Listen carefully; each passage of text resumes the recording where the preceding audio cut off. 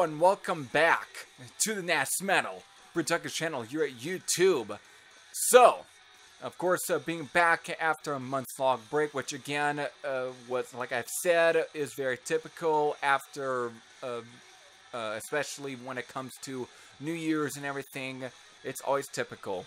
Now, so, I'm back here, and of course, you're going to be seeing plenty of these kind of videos, which is basically in order for me to really fully, at least go full forward with the beginning of this new decade. Of course, we are in 2020. I definitely have to put the, at least the past decade to rest. So from here, I'm going to be doing, I don't know how many, but definitely at least plenty of these end of the decade lists, which again, albums from the 2010s, at least ranking my favorites. So this one is basically ranking my top 10, and I decided to choose it. It's more straightforward, and it's easy just to get right into it. So, again, this is ranking my top 10 favorite albums from the classic heavy metal bands from the 1970s and 1980s and so on. So, and since, of course, they released plenty of albums in the 2010s, and again, you're not gonna, since they released plenty of albums in the 2010s, I mean, plenty, you're not gonna see at least 2 or 3 albums from the same band. So when putting this list together, I basically just came up with just me choosing one album per band. So again, choosing 10 albums from 10 bands here. So without further ado, let's go in. But before I do, let me definitely run through some honorable mentions. So first honorable mention here is, of course, was Scorpions' album from 2015, which of course was Return to Forever.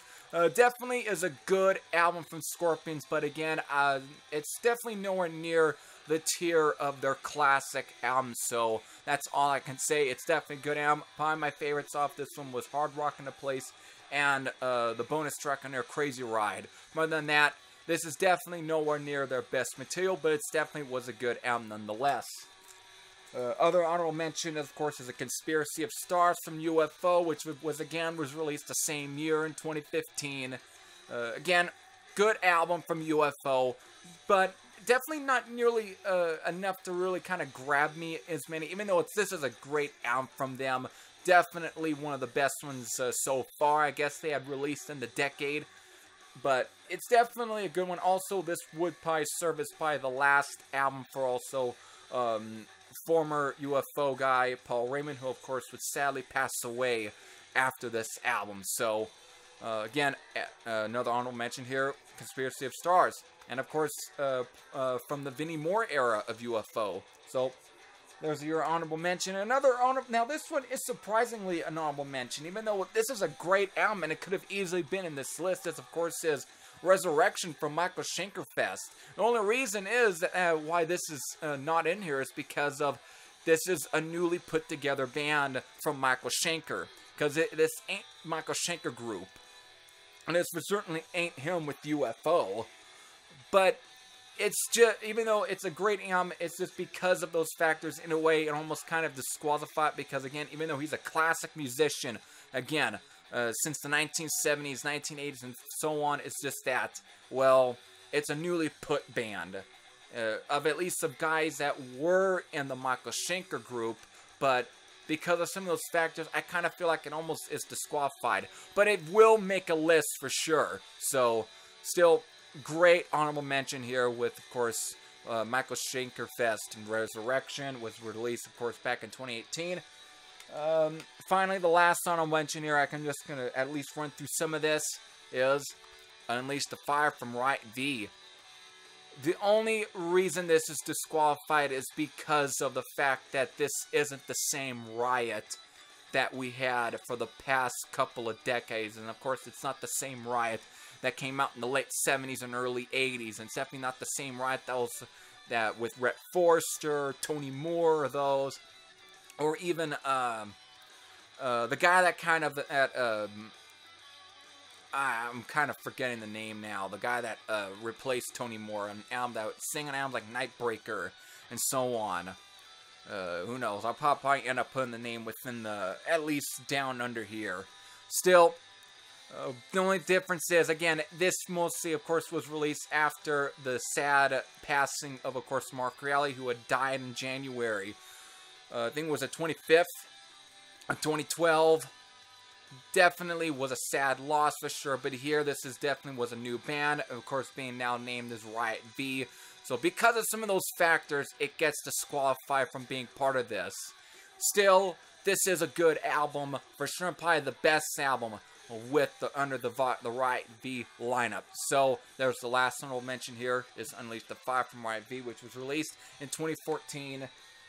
So finally get into it. Let me see if I can try and zip through some of this. So here we go with the top 10. Here's number 10 is, of course, is the self-titled album from Queensryche. No, not to be confused with the self-titled EP. No, this is actually will be considered almost kind of a new lineup, because this was what introduced, again, a new vocalist, Todd Latour, who, of course, again, replacing Jeff Tate. And I'm not going to go into the backstory and everything. We all know what happened and why it led to this lineup. And I'm not going to go into, of course, Jeff Tate trying to keep the name. And you could say this is probably a statement in many ways, too.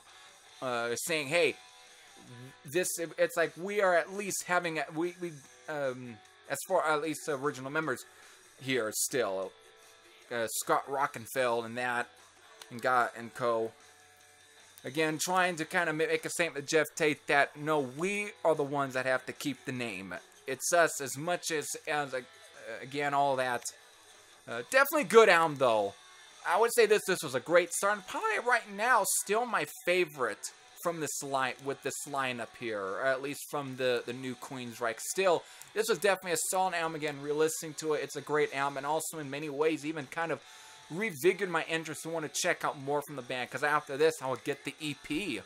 And just a solid album from Queensryche, released back in 2013, and definitely was just a solid album from them. So the self-titled album from Queensryche coming in at number 10. Coming in at number 9 was actually an album that was released here. Was actually released in the beginning of the 2010s. Was it around May of 2010, actually, and I got this as a new release. This, of course, was... I'm not going to go into what number album this is. Again, from a band that debuted during the whole... I guess, actually also helped kickstart the whole new wave of British heavy metal movement. This, of course, is The Final Frontier from Iron Maiden. Again, great, definitely a solid album. I definitely like this quite a bit. I think it's definitely a good album from Iron Maiden. While it's definitely nowhere near gonna be, top any of their classic albums with either, especially like Paul Di'Anno or Bruce Dickinson, this is still a solid album from Iron Maiden.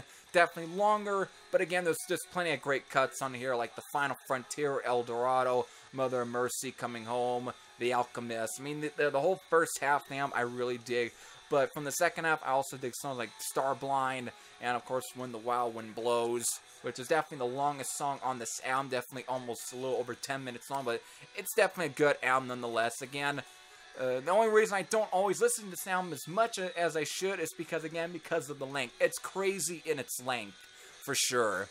Again, ever since the Blaze Bayley era, they've just been kind of trying to see how, within 10 songs, to see how much they can load up an album in length and everything. So, but besides that, I'll say this is definitely one of the stronger, again, just a great album from I guess in a way, since Bruce Dickinson's return, since 2000 with Brave New World. So, Final Frontier coming at number 9 on this list. So, coming in at number 8 is an album I just finally got into at least in 2019. This, of course, is Fallen from Stryper. This, of course, you can say has been a part of the slew of return to form albums for this band. I mean, Stryper were definitely one of the big, probably the most mainstream Christian metal band of the 1980s, of course, being signed to a non-Christian label, being like Enigma, which gave bands like Obsession and Law's Rocket some time and everything, and it gave them a and stuff. But here, this is just, I mean, while some other 80s albums may be kind of cheesy in some aspects, this album, in a way, kind of takes the stuff, like, again, like albums like Soldier Under Command, or The Black Attack, and To Hell with the Devil, or even, like, Against the Law, in terms of that, and really freshens it and really updates it in many ways, in a way, making it out, or coming up with a real heavy sound that really isn't any different from what bands like Accept and Judas Priest and Saxon are releasing recently, and it's definitely, again, just, I would say, definitely a solid album. Of course, many of the members being in their 40s at this point, maybe even close to their 50s, and are still sounding like they are still 20 years old. It's just, I would say, it's fantastic. And of course, Michael Sweet sounds like he's in his 20s, even though the age might be deceiving. He still sounds great. While I'm not the biggest Striper fan, will say, I mean, I got to admit, this album is freaking solid. I mean, from start to finish, it's an amazing album, for sure. And definitely one that from time to time, if I'm in the mood for Striper, or even just Christian metal in general, or even just heavy metal, this is definitely an album I will definitely pull out to re-listen to. It over on is just great stuff. So, number 8 with Fallen from Striper. Again, released back in 2015. So, coming in at number 7 is, of course, 13 from Black Sabbath. Of course, prior to this was slated to be a reunion album for the first of the original 4 guys, being, of course, Ozzy, Tony, Geezer, and Bill Ward. But due to the whole situation with Bill Ward and everything, it just hindered it, and we only just got 3/4 of the original. Still, what we got was still a good album for sure. I mean, while Rick Rubin did kind of took some of his production tricks from that he did or gave with like Metallica and Death Magnetic, I mean, it still has that kind of production, but musically, it definitely sounds like classic Black Sabbath to me. Still, in production, it may be more modern sounding, but and at least in heart, it still, to me, sounds like classic Black Sabbath. Favorite songs off of here is definitely Loner and Damaged Soul. Those are probably the 2 of my absolute favorites. I mean, Loner definitely has that almost Master of Reality, kind of bluesy, heavy riffing and stuff, while Damaged Soul easily sounds like it could have easily been on the first album, or even at least Paranoid.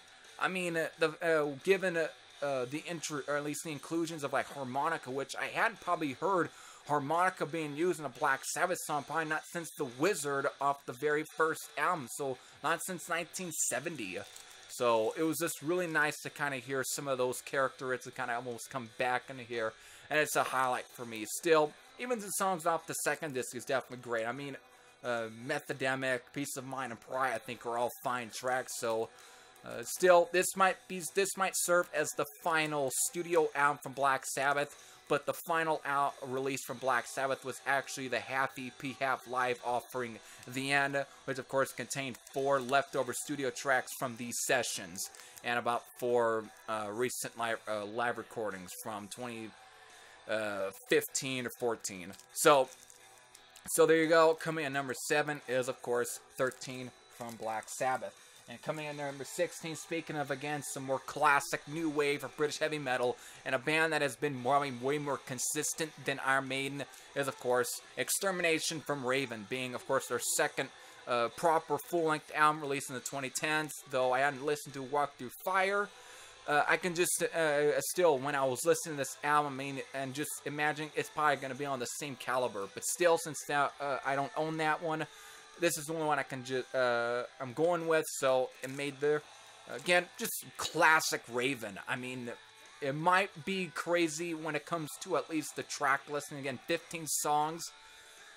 It's still classic Raven. It's still, I mean, this definitely sounds like it could have easily followed something like All For One, or Wiped Out, or any of those classic albums, or even Life's a Bitch. It could have easily followed up any of the classic Neat Record albums, or again, some of those classic albums. It could have easily. It's a good album from Raven. Again, everyone, again, Mark and John Gallagher are on tip-top form. This also, in a way, also serves as the final full length of original material for drummer Joe Hasselvan, who had been with the band since 1988. Since, oh god. Nothing Exceeds Like Excess.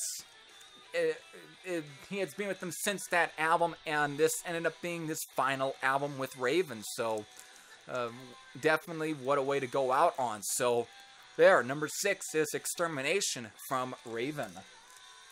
So finally here, we're in the top 5 list. So let's see if I can speed through some of this. Let's see, although who knows, I'm probably going to make the 24 minutes, but who knows. We'll see. So coming in number 5 is, of course, the 4th studio album with this lineup of the band. Of course, this is the band that's playing in the background, even though this album that's playing in the background could have easily been in the list, but because I don't own it, yeah, I'm just going, and again, I went and chose albums I at least own within my collection. But this one is the last album, at least this band have released in the 2010s, though they are not broken up, but this does might be considered, looked as a final album for at least one of the musicians here. That's, of course, is The Rise of Chaos from Accept. So, and this was the 4th album with, of course, since Mark Tonillo's debut into the band, who, of course, had, I guess you can say, replaced Udo, even though it's probably the 2nd time Udo has been replaced in Accept. First time was with David Reese back in 1989 on the Eat the Heat album, but again, that album, that just didn't work for them. So they had to bring in Udo back in the 90s. And then after releasing 3 albums with Udo returning to Accept, they had disbanded after, oh geez, what was it? Predator. It was released in 1996, and since then they had broke up, and then of course Udo went back to doing the solo stuff.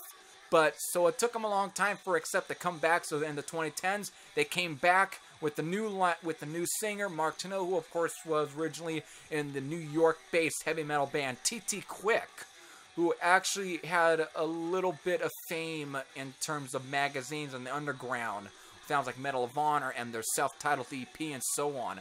But here he comes, and in a way just fit the Accept sound, and it was probably at least of getting a singer that isn't Udo that worked for him. It was like, again, Brian Johnson fronting AC/DC in many ways. It just worked in many ways. So, again, this was the 4th album with the lineup, and again, while for sure this probably isn't nearly as good as probably Blind Rage or Stalingrad or Blood of the Nations, it is still a solid album from Accept. I mean, there's no bad song on this sound for me. Even the goofy song like Kool-Aid, which though is actually about the Jim Jones cult stuff, again, which is where the saying "Don't drink the Kool-Aid" came from, and all that. And of course, the other one being Analog Man might be also one of the goofier songs. Still, they are all good songs. Each song at least has a hook to them. It's a good album for sure. This, of course, like I said before I started talking about this album, this kind of serves as the final album for bass player Peter Bolt, who would, after this album, would end up retiring. So, since then, they had released the single Life's a Bitch, which might lead to a new album maybe here in 2020 or 2021. Who knows? Who knows how long it might take? Still, this was definitely a good album for Peter Balls to go on. It's still sold down from Accept. So, at number 5, The Rise of Chaos from Accept. Now, coming at number 4 is, geez, within some of the albums, this band's resurgence, it's been a little easy for me to kind of pick this one. This, of course, is Pounding the Pavement from Anvil. And again, this band, in some ways, I would say, just along with the pop player Raven, it's like they're kind of similar. While not British, Canadian, they definitely could have been seen as the Canadian new wave or British heavy metal band. Of course, debuting in 1981 as a part of when that whole scene was booming, when everyone was at least within the metal community was at least latched onto. This band just fit right within those bands, and also being a scene just along with Raven, Pecuse is still speed thrash metal stuff. But this was their 4th album released in the 2010s. Just again, probably the best of the 4 albums for me. While Juggernaut of Justice was a great album, this is Hope in Hell. I wasn't completely too crazy about. It's a good album though, but I wasn't.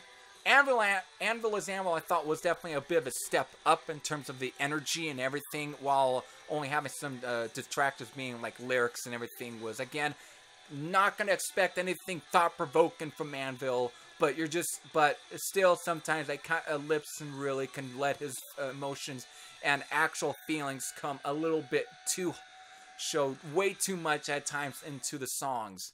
And this you get at here with a song like Don't Tell Me, which is the bonus track here. Still, I think in terms of that, from the production to the energy to some of the, I would say in terms of even the hooks, I think this actually even exceeds over Anvil is Anvil. So, I mean, there's just plenty of good songs on here. So, there, number 4, Pound the Pavement from Anvil. Released again in 2018. So, oh boy. Coming in at number 3, this is a real difficult one for me because of this.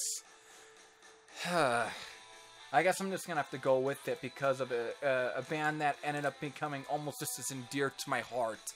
As, of course, is Aftershock from Motorhead. Oh boy.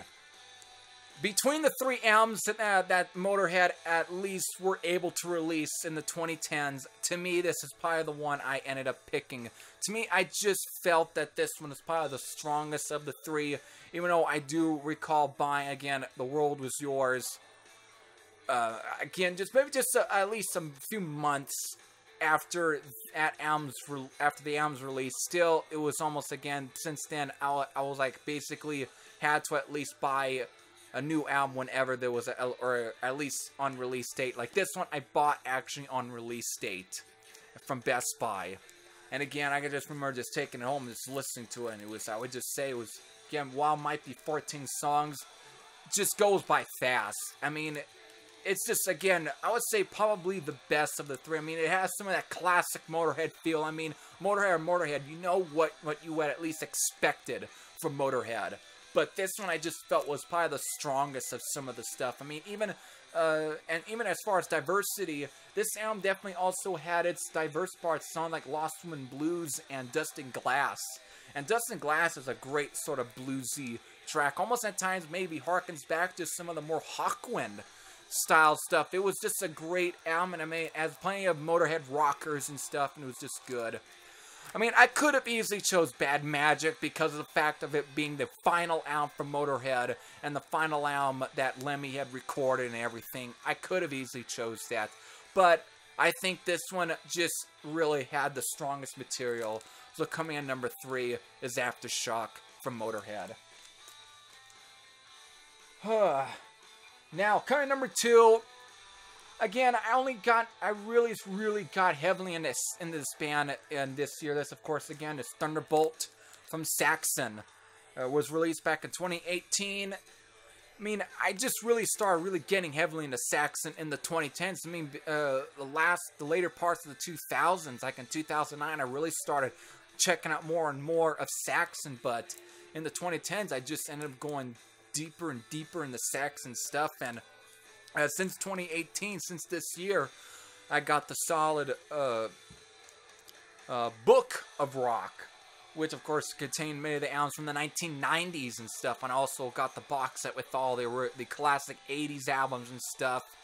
But still, of the 2 albums that at least I own from the 2010s, because then Saxon is another one. They released about 4 albums in the 2010s. I don't own, though, is Call to Arms and Sacrifice. But between the 2 that I do own being Battering Ram, which is the album that probably the first new Saxon album I bought on release date, and that was probably after when I just saw Saxon on that same year, 2015. But between the 2 here, again, this one I got also on release date, though was actually came to my door because I did Amazon Prime shipping with this album instead of Battering Ram getting at the actual record store. Still, I think it's, again, realistic going back and forth between this and Battering Ram. I think this is probably the strongest material. While Battering Ram definitely had some unique ideas for a Saxon album, this one, again, was just back to basics, straightforward, Saxon-style heavy metal. Just great stuff. Nothing bad on here. So, there. That's at number 2 is Saxon with Thunderbolt. So what's number 1? Goddamn. If there's one album you guys have, at least if you haven't already called it, or even just thought of it, it's time to just go with it. I was surprised, but goddamn, going back to listen to this one, holy shit.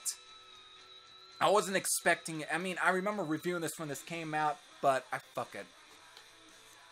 It's Firepower from Judas Priest. Goddamn. When I first reviewed this back in when this album was released, oh shit. I mean, I at times I was a little bit too hesitant. I'm trying to really rate this album as high as I did, because there was a lot of people that was still saying that this was the best sound since Painkiller and everything. I mean, the album that they had released in 2014, Redeemer of Souls, which was their first album in, 7 years since Nostradamus in 2008, which, again, had some very lukewarm opinions toward from at least the fans of Judas Priest, but still, shit. At least the Redeemer's Wall, it wasn't a bad album either. I just think there was just so many detractors. I mean, from the production to even the songwriting wasn't bad, but it just wasn't nearly as great as it should have been. This here, however, on the other hand, you know, for me, they came back. I mean, it seemed like with Tom Elm and Andy Sneap, it's like they almost needed help in a way. And my God, did they. I mean, they actually helped them really kind of make a very cohesive album. And come back and listen to this one, everything just flows by. I mean, the sound exceeds around 57 minutes, but it almost feels like it should be. It's like 40 minutes. It just goes by so fast.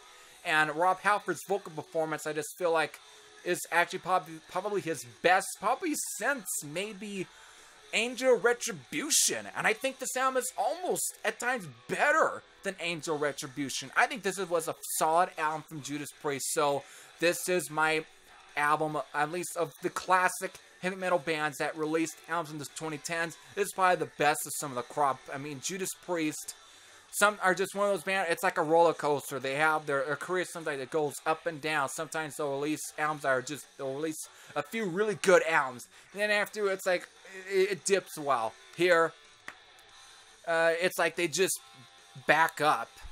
So, again, yeah. Alright, so there you go. There's my top 10 albums from the classic heavy metal bands that at least released albums in 2010 and in the 2010s. So with that, it's on to the next. With that, what are your lists of some of your favorite metal albums that were released by some of the classic bands in the 2010s? Just let me know in the comment section below. So until then, I hope you all enjoyed. This was a long video, of course. So with that, until then, this is Henry Thrasher Sam out. I'll see you all later. Take care, everyone.